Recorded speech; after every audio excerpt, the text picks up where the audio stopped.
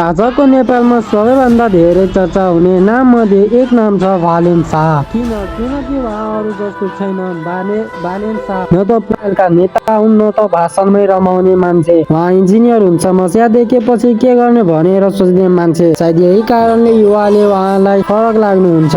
किन भालेन फरक देखिन्छन्? नेपालमा हामी धेरै बोल्ने नेता देखेर थाकिसकेका छौँ, तर भालेन शाह कम बोल्छन्, कामको कुरा गर्छन्, निर्णय सिधा हुन्छ, स्टाइल कडा हुन्छ र यसले ल्याउँछ आलोचना पनि, तर इग्नोर भने कसैलाई गर्न सक्दैन।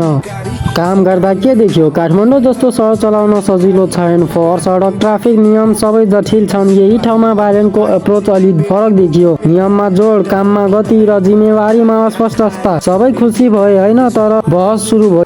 जनकपुर भाषण किन चर्चा भयो? जनकपुरमा देखिएको भाषण नारा भन्दा पनि सन्देशमा केन्द्रित थियो। स्थानीय भाषा, स्थानीय संस्कृति र स्थानीय क्षमता उहाँले देखाउनु खोज्नुभयो। विकास काठमाडौँबाट मात्र हुँदैन, आफ्नो ठाउँबाट सुरु हुन्छ। युवाले यही कुरा कनेक्ट गरे। समर्थन पनि प्रश्न पुरा गरो। भालेन पर्फेक्ट छैनन्, उहाँमाथि प्रश्न उठ्न सक्छन्, आलोचना हुन्छ, तर यही त हो लोकतन्त्र। महत्त्वपूर्ण कुरा के हो भने कामको आधारमा खुला छलफल हुनु।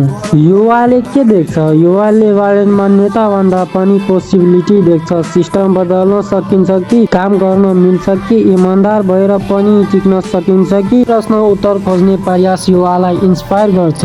आजको सन्दर्भ फागुन 21, 2082। आज नेपाल चेन्ज खोजिरहेको छ, पुरानो तरिकाले होइन, नयाँ सोचले। भालेन शाह यो चेन्जको एक महत्त्वपूर्ण आवाज बनेका छन्। समर्थन होस् या असहमति, उहाँले बहसलाई जिउँदो बनाएका छन्। भालेन शाह नायक हुन सक्छन् या प्रयोग, तर एउटा कुरा क्लियर छ, उहाँले हामीलाई सोच्न बाध्य बनाएका छन् र सोच्ने युवा कहिले हार्दैन। तपाईँ के सोच्नुहुन्छ कमेन्टमा लेख्नुहोस्। भिडियो मन परे सेयर गर्नुहोस्, किनकि परिवर्तन कुराबाट सुरु हुन्छ।